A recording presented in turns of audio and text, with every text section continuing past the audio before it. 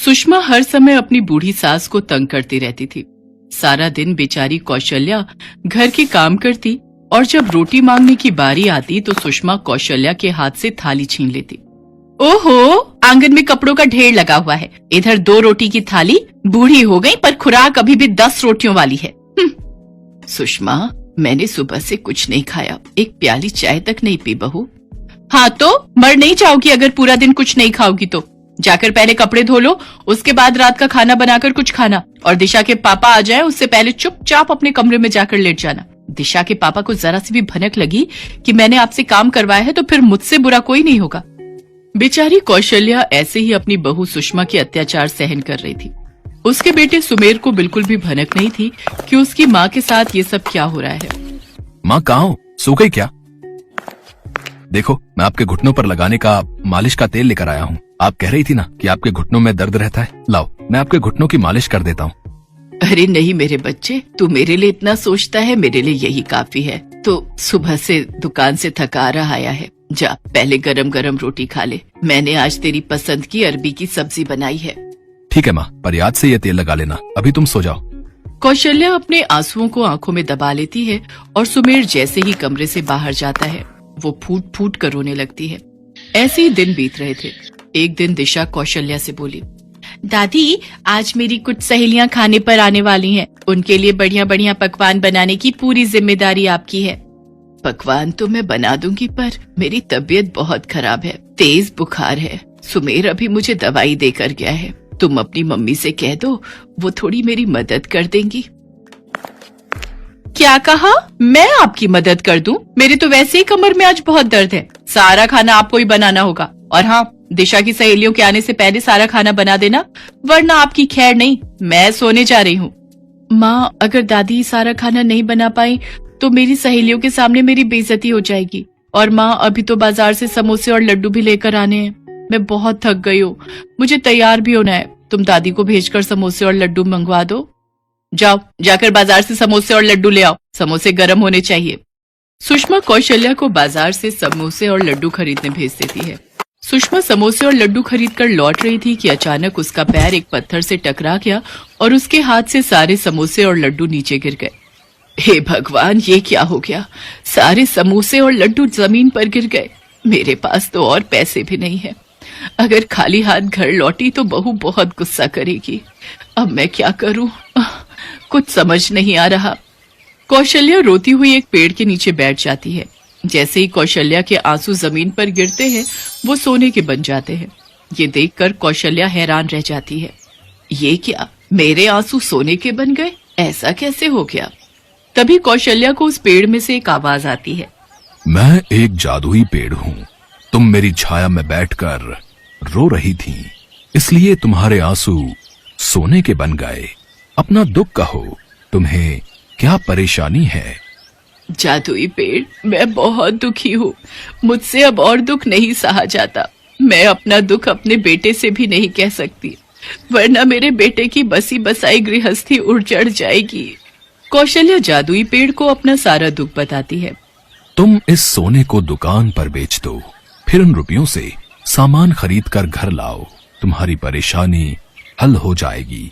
और हाँ, मेरे जादू के कारण आज के बाद जब कभी भी तुम्हें दुख होगा तो तुम्हारी आंखों से सोने के आंसू टपकने लगेंगे। जादुई पेड़ को धन्यवाद कहकर कौशल्या फिर से सामान खरीदकर घर आ जाती है। इतनी देर कहाँ लगा दी? समोसे और लड्डू बनाने गई थी या खरीदने? जाओ, जाकर रसोई में सारा खाना बनाओ, दिशा की सहेलियां आने ही वाली होंगी। चिंता मत करो, मैं अभी बना देती हूँ। कौशल्या रसोई में जाकर सारा खाना बनाती है। दिशा की सहेलियां आ जाती हैं। कौशल्या उन्हें खाना परोसने लगती है। तभी कौशल्या को चक्कर आने लग जाते हैं और उसके हाथ से सब्जी का कटोरा एक लड़की के कपड़ों पर गिर जाता है। सत्यानाश कर दिया! दिशा, तुम्हारी दादी ने सारी सब्जी मेरे नए सूट पर गिरा दी है। इतना महंगा सूट खरीदा था मैंने, इसीलिए तुमने मुझे यहाँ बुलाया था। तुमने अपने घर में ऐसे बूढ़े लोग पता नहीं क्यों रखे हुए हैं। दादी, ये आपने क्या कर दिया? अंधी हो क्या? आपको दिखाई नहीं देता? चलो हम सब चलते हैं यहाँ से। पता नहीं सारा सूट खराब करके रख दिया, अब घर जाकर मुझे नहाना पड़ेगा। दिशा की सारी सहेलियां वहां से चली जाती हैं। सुषमा और दिशा दोनों कौशल्या पर बरस पड़ती हैं। आपको मेरी बेटी की खुशियां देखना भी पसंद नहीं है। आप तो जलती हो मेरी बेटी से, इसीलिए आपने जानबूझकर ऐसा किया। आज आने दो सुमेर को, मैं आपको इस घर से निकाल कर ही रहूंगी।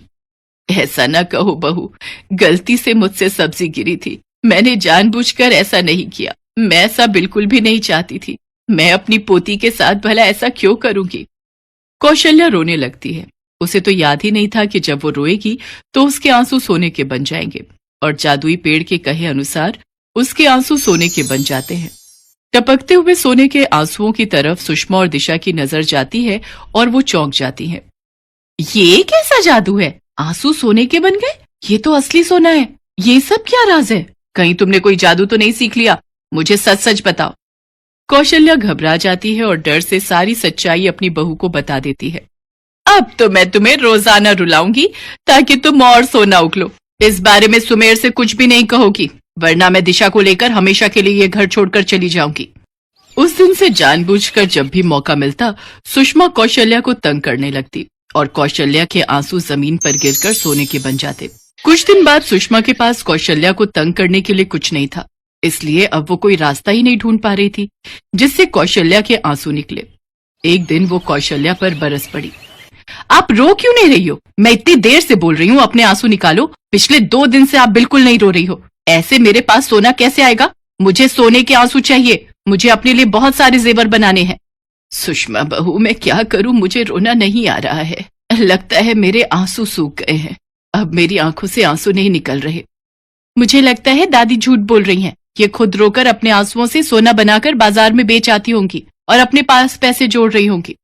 तू ठीक कह रही है। हम इस कमरे में आग लगा देते हैं और कमरा बंद कर देना। जब आग की लपटों से इनकी आंखें जलेंगी तो अपने आप इनके आंसू टपकने लगेंगे। फिर ढेर सारा सोना बन जाएगा। ये मरती है तो मर जाए, कम से कम हमें सोना तो मिलेगा। ठीक है माँ, तुम बाहर ही रहो, मैं कमरे में आग लगाकर दादी को अंदर बंद कर दूंगी। दिशा एक खंभे से कौशल्या को बांध देती है और कमरे में तेल छिड़क कर आग लगाने लगती है। अचानक आग बढ़ जाती है और दिशा कमरे से बाहर नहीं जा पाती। वो चिल्लाने लगती है, माँ बचाओ, मैं कमरे से बाहर नहीं आ पा रही हूँ। अरे कोई मेरी बच्ची को बचाओ। दिशा बेटी चिंता मत कर, मैं तुझे कुछ नहीं होने दूंगी। कौशल्या किसी तरह अपने आप को खंभे से छुड़ाती है और एक कंबल से दिशा को ढक लेती है और किसी तरह कमरे से बाहर आती है। आग की लपटें कौशल्या के हाथ को जला देती हैं। इतनी देर में सुमेर भी वहां पहुंच चुका था। ये सब सुषमा और दिशा देख रही थी। मैं दादी को जलाने वाली थी और दादी ने ही आज मुझे बचाया। उन्होंने अपनी जान की परवाह तक नहीं की। मैं क्या करने जा रही थी पैसों के लालच में? कितनी अंधी हो गई थी। आज मेरे पापों की सजा मुझे मिल जाती। दिशा को अगर कुछ हो जाता तो मेरा सब कुछ चला जाता। माँ जी ने आज दिशा को बचा लिया। माँ, ये सब कैसे हुआ? तुम्हारा तो हाथ जल गया है। दिशा, तुम ठीक हो ना? पता नहीं बेटा, कमरे में लालटेन जला रखी थी और मेरी आंख लग गई। दिशा तो मुझे खाना खाने के लिए उठाने आई थी। ये बेचारी मेरे कारण मुसीबत में पड़ गई। भगवान का लाख लाख शुक्र है मेरी बच्ची ठीक है। सुमेर कमरे में देखता है, वहां पर कोई लालटेन नहीं थी, पर वो उस समय अपनी माँ से क्या ही कहता। सुषमा और दिशा उस वक्त बहुत शर्मिंदा थी। दोनों कौशल्या के गले लग जाती है। आज कौशल्या की आंखों से जो आंसू गिर रहे थे वो सोने चांदी के नहीं थे, ना ही उनका कोई मोल था। वो तो अनमोल थे।